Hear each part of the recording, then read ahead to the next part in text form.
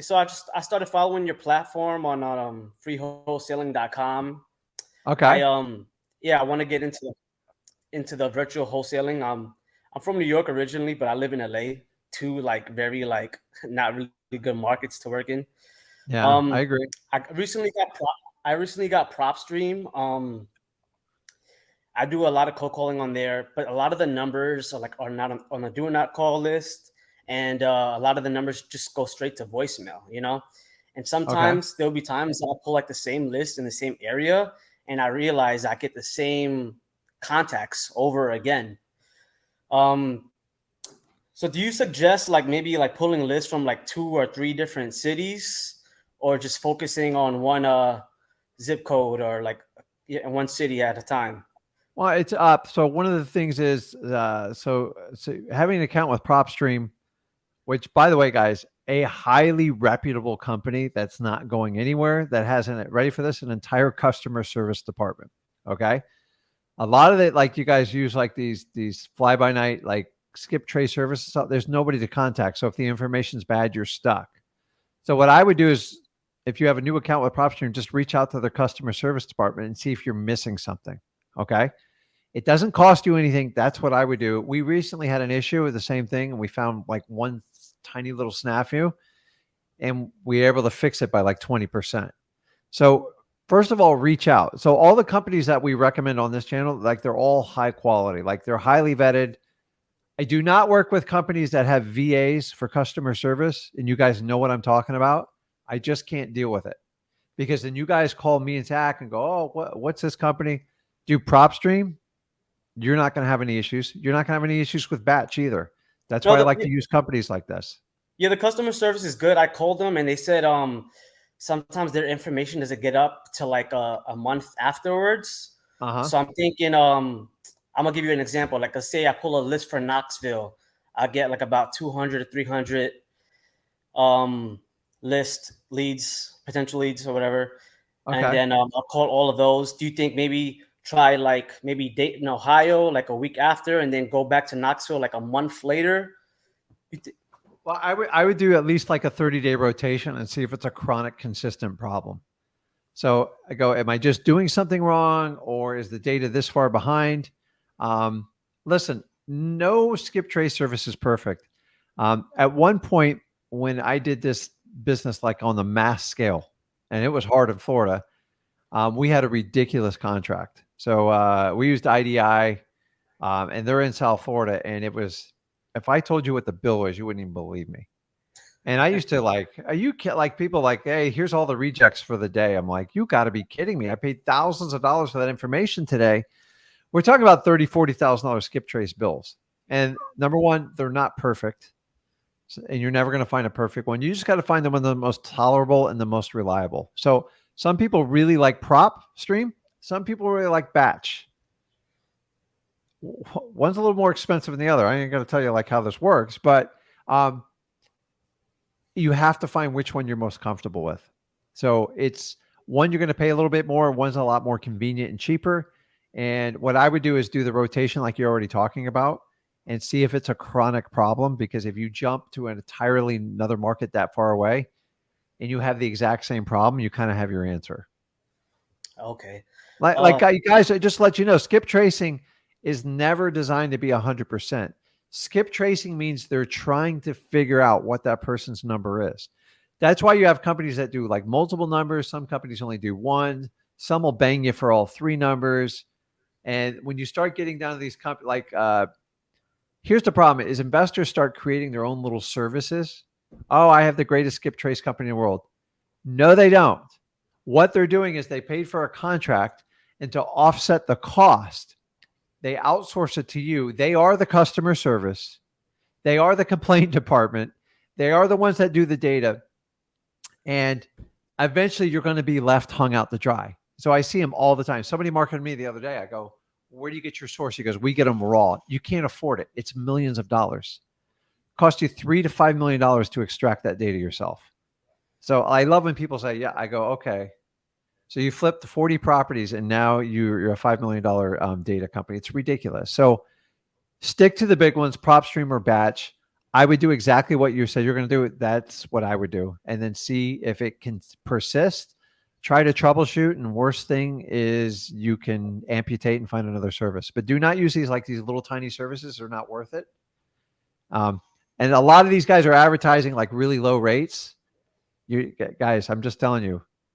Not only are they going to take your data and call it on top of it too, like you have no idea what's going to happen with it. So I see this all the time. I got VAs that try to sell me all you guys that try to skip trace for like super cheap. They try to sell me all your lists online. I get hammered on them. How are they getting it? Because you guys pay them to do this. And then they take that list and then they try to sell it basically everywhere. And that's the problem. If you don't use a reputable service, you have no idea what they're going to do with your data. So just, I would switch markets and then rotate it at least 30 days and see what happens. Okay. Oh, one more thing. I was on PropStream. I called one of the numbers that came up. I was talking to one of the sellers. Sounded like he was a motivated seller. He said he bought the property for himself. He was going to renovate it and rent it out, but he just got caught up with other things. He said it has some electrical issues. So I was just trying to find out if he was motivated first, right? Told me the condition about it. And he said he's like willing to sell as soon as possible if the numbers are right. And then this is where I got caught up in my head. Like I still have problems with analysis paralysis. Okay. Like where I want to know everything. And I didn't do no comps. I feel like I just threw out a number there, and then he agreed with it. But then I was looking on like Redfin, Realtor, and Zillow, and they all had different numbers. And I gave him one of the numbers that was on Redfin. And then I'm like, if that's the estimate that's on Redfin and he's agreeing with that, I could probably get something lower. I felt like nervous and like not unsure of myself. So I said, I'm going to have to give you a call back. And I just kind of like flipped. I just kind of like, messed that one up right there, kind of. So Adrian, have you gone through freewholesaling.com? Yeah. I was going to ask you also what I just started. So is freewholesaling.com made like, should I watch all the videos first or should I take action as I'm watching it? You got to work through the marketing and acquisition stuff first, because you need to understand how to have the conversation with the seller. So it's great if you can identify a motivated seller, but you got to learn how to have a conversation with them. Otherwise, it's a waste of effort. So in this example, like I teach a technique called Go for No. Have you ever heard of it? Yeah. Okay. Do you think you used Go for No in this deal? I thought I was going Go for No. But you did Go for Yes. So this is the problem. And dude, I've been doing this almost 21 years now. Okay. Like there's nothing you haven't experienced that I haven't felt like personally. Okay. The reality is if you throw an offer out there and they say yes, you paid too much for the property. End of story. I can prove this 1,000 times to you. Okay. Unless you get in the high caliber properties, on the lower end properties, if you put out an offer and they shake your hand, you should be scared. It means you left way too much money on the table. So how much did you offer him? Yeah, I figured that. I offered him 40,000. Okay. And what's the ARV on it? What's the after repair value, roughly? Oh. What's the market price of the house?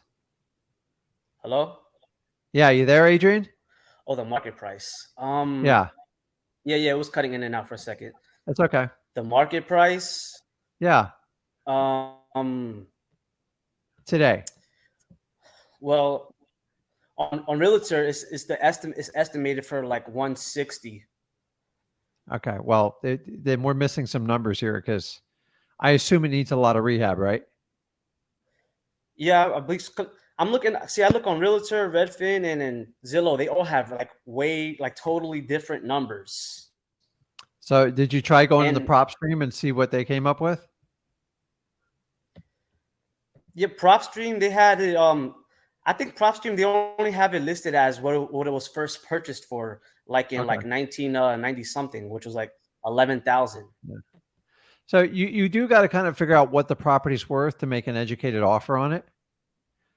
Because if it's worth 160, offered 40, like to me, that's a go for no price. So, and by the way, for the record, I have made offers where I thought I was going for no, and they accepted it, and it still worked out. But I did leave money on the table. So, the purpose of the go for no is to get a counter from them to try to find out where their bottom line number is. Because if you offer too much, you never get down to the bottom line number. So I would dig in a little bit more because like I'm missing some sort of number. There's like sort of like massive rehab or something going on with the property. But if it's truly with 160 and it doesn't need a lot of rehab, I'll buy it for 40 from you. Like you just don't find those kind of discounts because that's what is that, like a 60-70% discount? That doesn't like I get can't it even done. agree.